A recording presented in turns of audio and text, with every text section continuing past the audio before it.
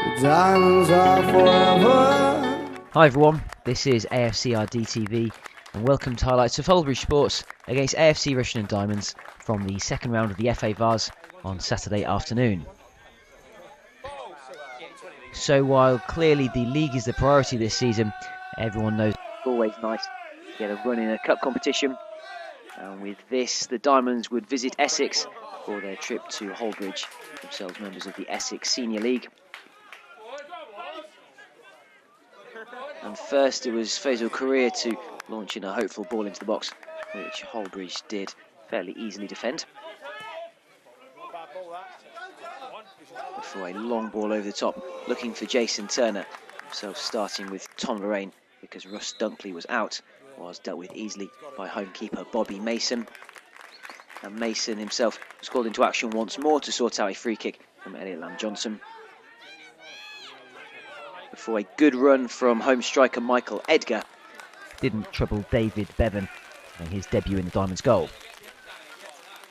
And then a Diamonds corner headed down from Jack Ashton, and then Liam Dolman could only thrash the ball over the crossbar when the goal was gaping.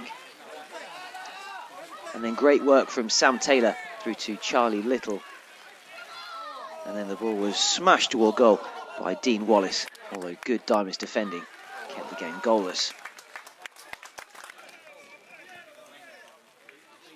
And as the game crept closer to half-time, Diamonds would continue to have opportunities, the latest from Brad Harris, although it was fairly easily dealt with by Hullbridge. And then Rory Clark had an opportunity from the edge of the area as the pitch got heavier and heavier, and his effort just dinked the outside of the post. Before right on the stroke of half-time, Brad Harris would receive a booking for a slightly late challenge. So at half-time, Hullbridge Sports 0, AFC Rushden Diamonds 0.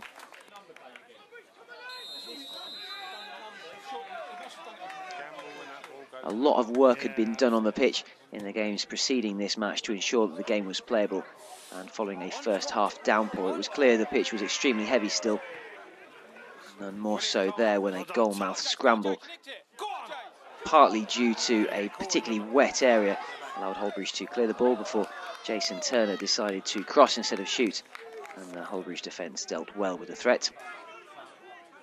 Right, how are we going to go now? Before a cross from Jamal Clark found its way through to Matt Gearing, and his attempted header was dealt with easily by Mason.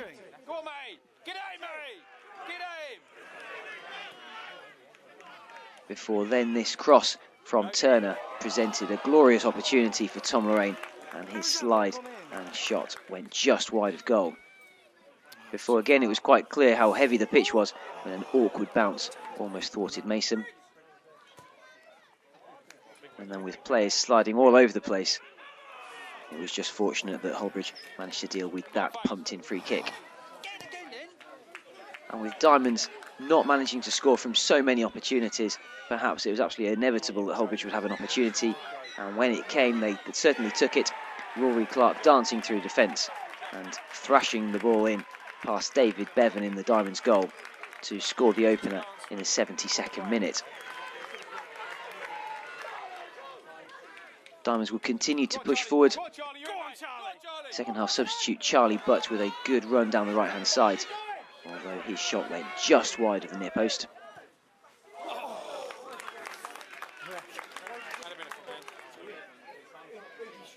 Before then Tom Lorraine's header went straight at Mason again.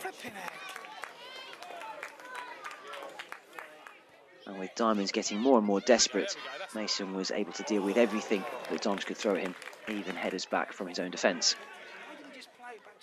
And just to compound a bad afternoon for the Diamonds, Brad Harris would receive a second booking for a late challenge. No, it is. It is Brad. Adam Confew had the last effort for the Diamonds.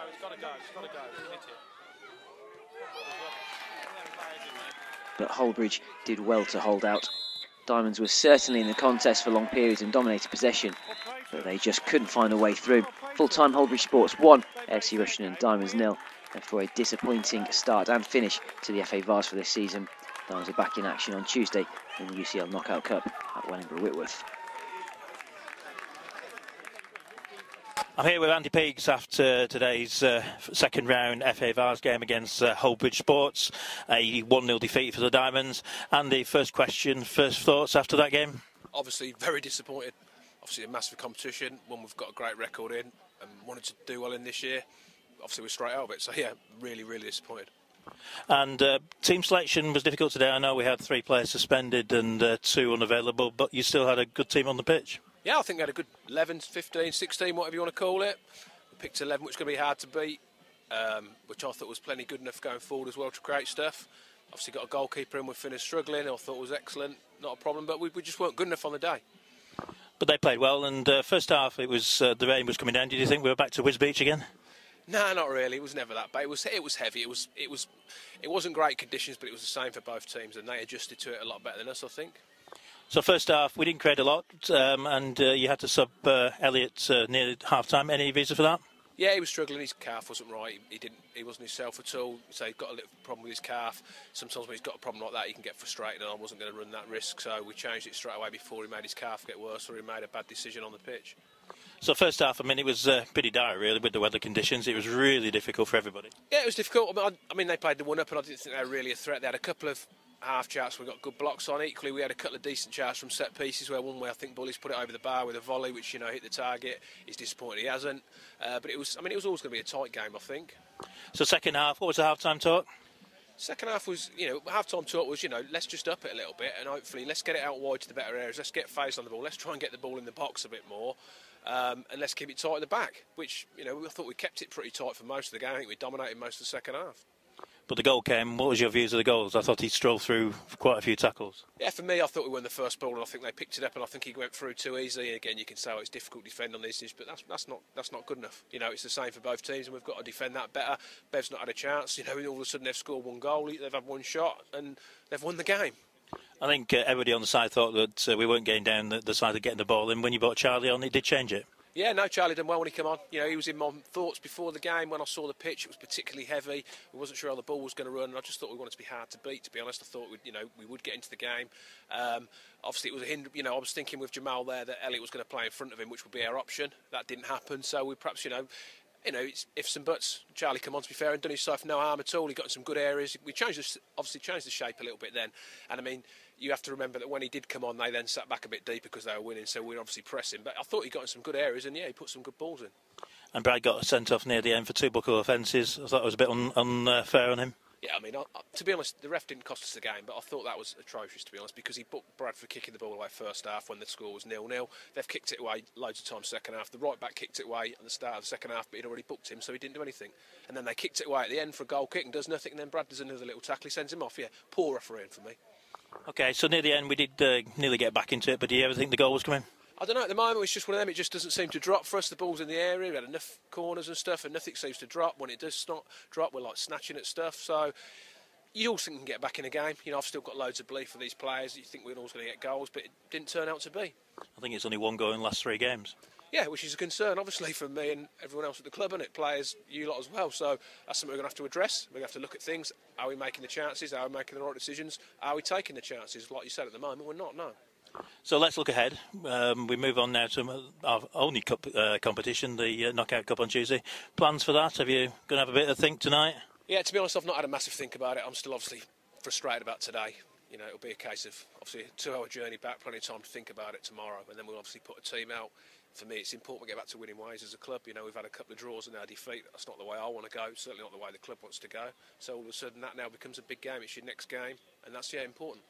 And then Longbutt be back in the league, and I know that's our main target this season. Everybody says after Cup you want to get back into the league. Well, the league's obviously always been our main priority, but now that's absolutely massive, isn't it? Because we're not going to have a Vase run, that's been decided, so it takes the priority. Maybe this time in May we'll say it was a good shout that we lost today. I don't feel like that at the moment, though, mate.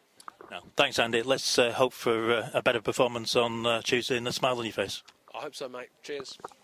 I'm now with Adam Confu, man of the match here at Hullbridge Sports after today's second round FA Vase game. Adam, really disappointing result. What was your view? Yeah, very disappointed as well. Weren't good enough out there today, do you know what I mean?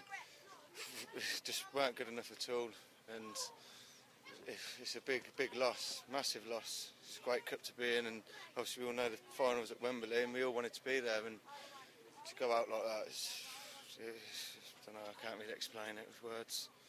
What were the conditions like? As bad as Wisbech, or? No, they weren't too bad, to be fair. It was wet, it was slippy, but it's a good surface to play football on, you know.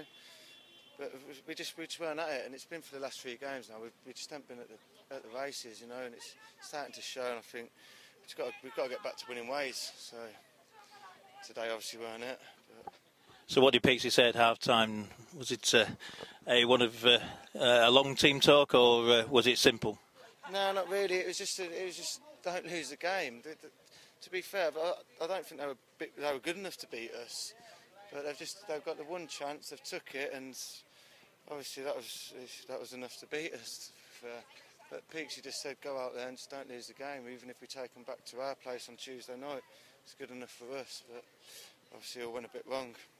So after their goal, do you think we're going to get back into it? I thought we created some chances. Charlie came on, put some good balls in. Yeah. To be fair, I thought we were going to nick one. We put a lot of pressure on them, but it was too late in the game. We should have been doing that from the first minute. You know, we're good enough to do that, and it shouldn't take us to go a goal down to start playing like that and start putting balls in the boxes and getting on things. And it's just one of those.